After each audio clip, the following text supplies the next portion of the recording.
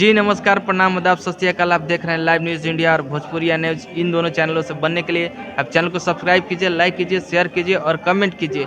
और आज आपको हम बता दें कि आज हम एक ऐसे शख्स से मिलाने जा रहे हैं कि जो एक फेसबुक पेज के माध्यम से अपना एक भोजपुरी जगत में एक अलग पहचान बना रखे हैं, जिनका नाम है पवन बाबू। तो आइए आज उनसे मिलते हैं और उनसे कुछ बातचीत करते हैं। सबसे पहले आपका लाइव न्यूज़ इंडिया और भोजपुरिया न्यूज़ में स्वागत है सर। दिल से धन्यवाद रउआ के कि हमके अपना न्यूज़ पे सबसे पहले तो यह न्यूज़ जे बा लाइव न्यूज़ इंडिया और भोजपुरिया भोजपुरिया न्यूज़। तो यह दोनों न्यूज़ के हमारा तरफ से ढेर सारा शुभकामना बा कि खूब आगा बढ़ो। और बहुत बहुत धन्यवाद कि हमने कि यह न्यूज़ पे दो शब्द बोले के मौका देनी, हमके ओह काबिल समझनी भैया, ओह काबिल हमने नहीं की। और रुआ उपाधि देनी फेसबुक के, तो हमने फेसबुक पे हारमोनियम ढोलक पे गाइली। और लोग के प्यार आशीर्वाद बा कि हमनियों के आशीर्वाद मिलता और गाड़ी चलता। और रुआ हमारा इंटरव्यू लेता नहीं, हमारा बड़ा मन में खुशी होता है। और बस रुआ सबके प्यार आशीर्वाद हमेशा मिलत रहो। सबसे पहले तो मैं आपसे कुछ सुनना चाहूँगा, उसके बाद में बहुत सारे मेरे मन में सवाल है जो मैं आपके समक्ष रखूँगा, उसका जवाब आप देंगे। सबसे पहले आपको सुनाइए मेरे।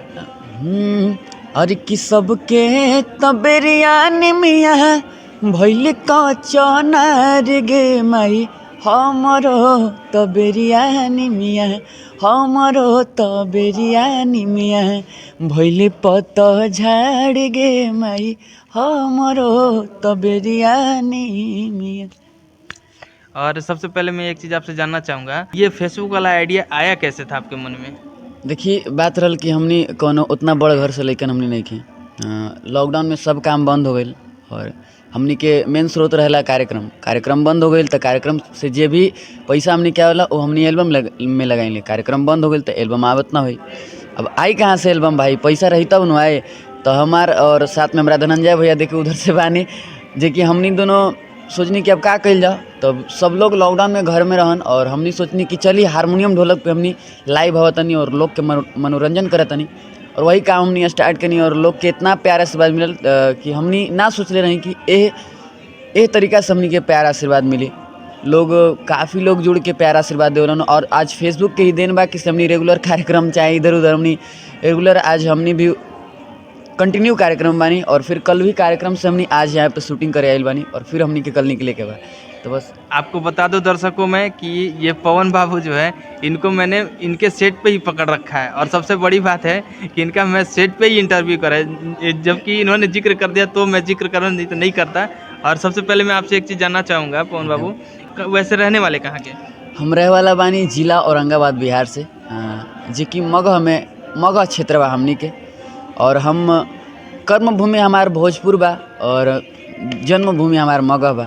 तो यह दोनों धरती के दिल से धन्यवाद कि यह धरती के आज दिन बा कि हमनी की गाड़ी चलता, यह लाइन में हमने उपस्थित बानी।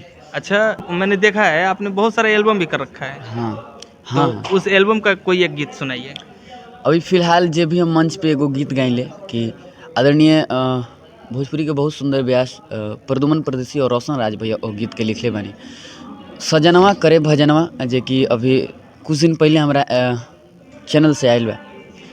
अरे कि चुएला जवानी जा बदे अंगड़ाई के, चुएला जवानी जो बदे अंगड़ाई के, चुएला जवानी जो बदे अंगड़ाई के, सजनवा भजनवा गावेला रघुराई के, सजनवा भजनवा गावेला रघुराई के। ओकरे शूट होता है यहाँ पे, वही शूट खातिर हमने आज पटना में उपस्थित बानी। ये हमारा चैनल के गीत बा और बहुत पुरान गीत बा। तो फोक चीज़ हमने गाइले, अश्लील से थोड़ा हमने पीछे रहिले। तो जहाँ तक आपने अश्लील की बात करा है पवन बाबू, तो कहीं ना कहीं भोजपुरी में आपको नहीं लगता कि अश्लील है? देखिए अश्लील कुछ चीज़ बा। अब भोजपुरी में दो अर्थी शब्द चलेला, केहू सोची तो उहे गीत बढ़िया लागी, केहू सोची तो उहे गीत खराब लागी। एगो हमने गीत गौले रही जो कि काफ़ी वायरल भइल रहे कि भोजपुरी भाषा बड़ा शर्मसार होखता, भोजपुरी भाषा बड़ा शर्मसार होखता, गारी दे के कुछ गवैया अस्टार होखता, गारी दे के कुछ गवैया अस्टार होखता, ढापल इज्जत है समाज में उघार होखता, ढापल इज्जत कुल समाज में उघार होखता, भोजपुरी भाषा बड़ा शर्मसार होका था। तो हम आपसे एक चीज़ जानना चाहेंगे कि कहीं ना कहीं आपने अभी देख रहा होगा कि ये पवन सिंह जी और खेसारी लाल यादव जी के बीच में बहुत सारा विवाद चल रहा था। इस विवाद में आप कुछ कहना चाहेंगे? ए विवाद पर हम कुछ न कहल जाए, काहे कि हम छोट बानी और हमको उतना पता नहीं के। वहाँ लोग के अपना सब और सब लोग समझदार बानी, सब लोग मेहनती बानी और सब लोग बात के समझतानी, तो एकरा पे हम बोलल उचित ना समझो, लोग के जैसन मर्जी रही। अच्छा, मैं आपको एक चीज़ कहना चाहूँगा। अभी तक आपने जब ये गायकी का शुरुआत करा था उस दौर से लेकर अभी तक का दौर से आपका क्या एक्सपीरियंस रहा है? देखिए, ये संगीत अथाह सागर बा, एकरा में जब तक जीवन रही तब तक सीखे के पड़ी, केहू ये संगीत के पूरा नहीं कर पाई। तो संगीत ऐसन चीज़ बा और बहुत इस संगीत से हमके सीखे के मिलल एह लाइन से, और अभी भी सीखतनी और आगे भी हमके सीखे के बा। अच्छा, मैं आपसे एक चीज़ और जानना चाहूँगा कि कहीं न कहीं आपके भी कुछ फ़ैन फॉलोइंग है और आपके भी कुछ, मान लीजिए आपको भी कुछ लोग हैं जो कि गुरु मानते हैं, तो उनके लिए आप कुछ कहना चाहेंगे? देखिए, वहाँ लोग के खातिर हम यह कहल चाहब, बढ़िया बढ़िया काम करी और खूब नाम करी, काहे कि एह दुनिया एह धरती में कुछ अपन नहीं के, जे रउआ नाम करब उहे बा, और न तो एह माटी के शरीर असही बिला जाए, कुछ न हो पाए। तो मन लगा के काम करी, जे भी काम करतनी, ई ना कि संगीत क्षेत्र में ही, जे भी काम करतनी रुआ सब मन लगा के काम करी, अपना बाबू माई के ख्याल रखी और खूब आगे बढ़ी रुआ सब। देखिए, मेरा हर किसी से एक सवाल रहता है कि आप उस गीत को गुनगुनाइए ना, जो गीत आपका हमेशा दिल के करीब रहता हो, समझे ना? मतलब लगता हो कि नहीं, यह क्या गीत है। मतलब कभी-कभी होता है ना कि अगर कोई अपसेट होता है ना, तो कोई ऐसा गीत सुनता है जिससे कि उसका मतलब मन तृप्त हो जाता है, तो उस गीत को आप गुनगुनाइए। एगो आदरणीय भोजपुरी के मानस शिरोमणि व्यास रामायण सम्राट गायत्री ठाकुर जी गौले बानी, हर की अइला अकेले घूमे, ई दुनिया के मेला रे देखला माया के बाजार, घूमे लगल देखला बहुते, घूमे लगल देखला बहुते, पतइया ढेला रे जैसन बहुते यार, घूमे लगल देखला बहुते, अरे पतइया ढेला रे जैसन बहुते यार।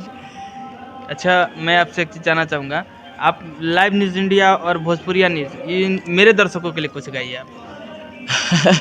एकदम हम सुना देता नहीं। एगो गीत हमनी गौले रही जे कि लोग के काफ़ी प्यार आशीर्वाद मिलल, कि चली ही जा रही है, चली ही जा रही है उम्र धीरे धीरे, चली ही जा रही है भैया उम्र धीरे धीरे, पल पल आठों प्रहर धीरे धीरे, चली ही जा रही है भैया उम्र धीरे धीरे।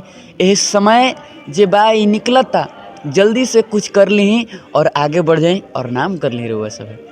अच्छा, मैं आपसे एक बार एक ही सवाल फिर से करना चाहूँगा कि कहीं ना कहीं अभी खेसारी जी के और पवन जी के विवाद में सब लोग बढ़ चढ़ के हिस्सा ले रहे हैं, तो कहीं ना कहीं आपको लेना चाहिए या नहीं लेना चाहिए?